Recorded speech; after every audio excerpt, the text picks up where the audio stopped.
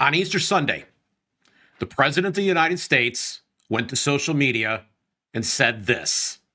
Tuesday will be Power Plant Day and Bridge Day, all wrapped up in one in Iran.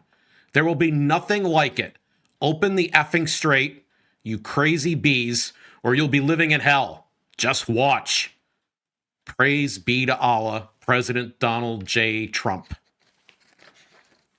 It's hard to believe that a president would post something like this, especially on Easter Sunday. We'll get back to that in a moment. Normally, I would just simply dismiss this as bluster, even though I find it crazy, insane. But here on Tuesday, April 7th, the president has posted this. A whole civilization will die tonight, never to be brought back again.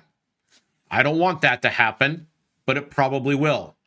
However, now that we have complete and total regime change, where different, smarter, and less radicalized minds prevail, maybe something revolutionarily wonderful can happen.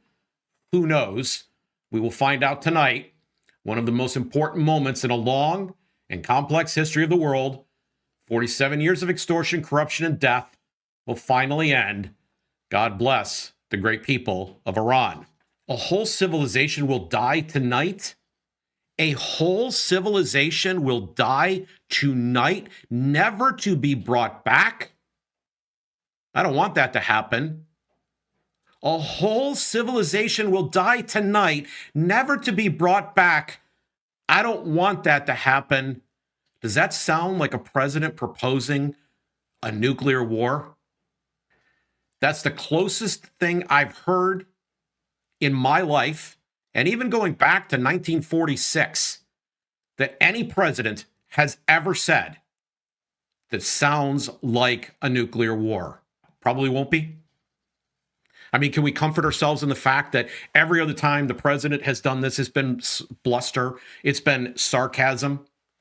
So the president goes to social media on Sunday, and he puts up this first post that we've covered about Power Plant Day and Bridge Day, which is clearly meant to imply that there's going to be an attack that's going to actually damage the infrastructure for the Iranian people. These people that we were supposedly liberating from a theocratic regime are now going to be treated like the enemy. They're going to suffer severely. Maybe a refugee crisis results. Maybe terrorism begins to spread out. Who knows what the ramifications of this particular move will be?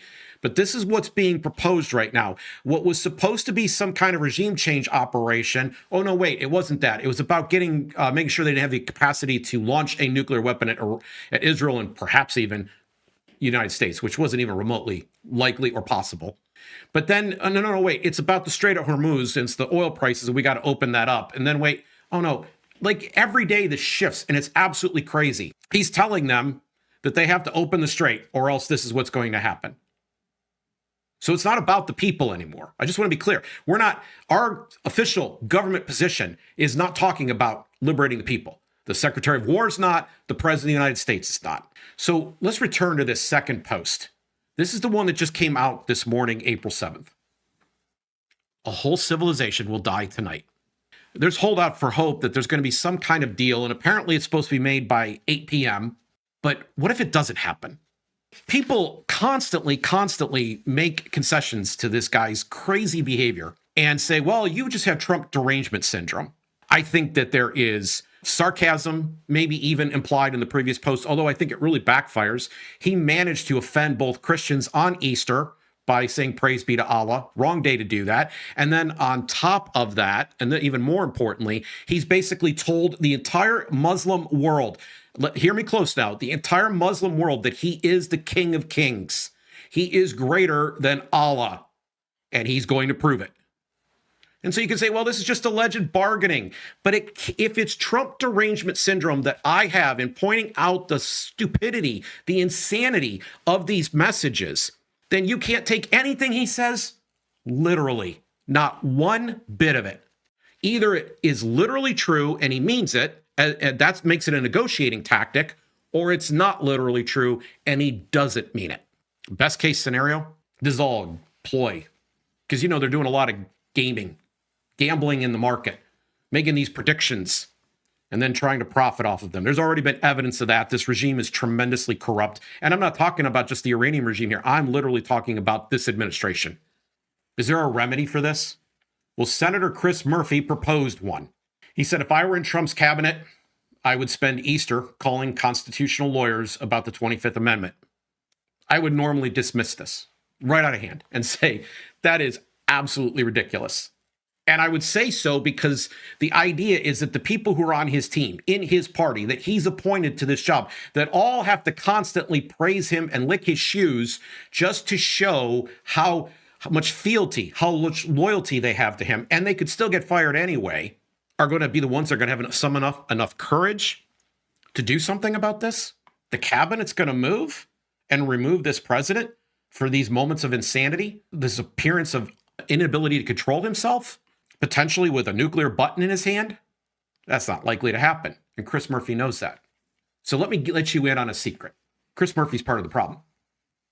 So is virtually every senator in the United States Senate and virtually every member of the House of Representatives in both parties. You know why? Because this power only exists. The fact that we're in Iran only exists because of a very tenuous reading of something called the War Powers Act, which gave the president broad authority to use the military in ways the Constitution, which is supposed to be the highest law of the land, did not allow, did not permit. And I just want you to sit with that for a second, because in the Constitution, you had to go to the people, you had to ask Congress, you had to declare war with an objective. Here's what we're trying to set out to do. But that hasn't been done since 1941. Instead, we have this War Powers Act, and the Congress wants to wash its hands like Pontius Pilate. They're not responsible for what happens, and we could never take a recorded vote where we're held responsible. And that means you, the people, we, the people, never get asked whether or not we wanted this tremendously unpopular war. That's what it means. And that's how it's working because of the War Powers Act. And everybody's going to focus on Donald Trump, and not a one of them is likely to speak up and say the War Powers Act is the problem. You'll only hear that here. We have a lack of grace because we can't even follow the simple rules of the Constitution. So I'm going to go one step further before I go. I'm going to tell you that no person should have this power at all, ever. This idea that you could give one person this level of power, it should never, ever be the case that someone could take your money from you by force, which they're about to do here in a few days on tax day, and then spend it however they want, including in your name, to make this war that could destroy a civilization. Did you sign up for this? Did you consent to this? Heck, I don't even think most of you voted for this. I know that some of you voted explicitly against it. The War Powers Act wouldn't exist if we didn't have this big government, if we didn't have politicians selling out all the time, scared to actually do the right thing. You know who that's on? That's on you and your neighbors. We shouldn't have any government where one person or even a group of people has this much collective power. Maybe it doesn't actually make the world safer.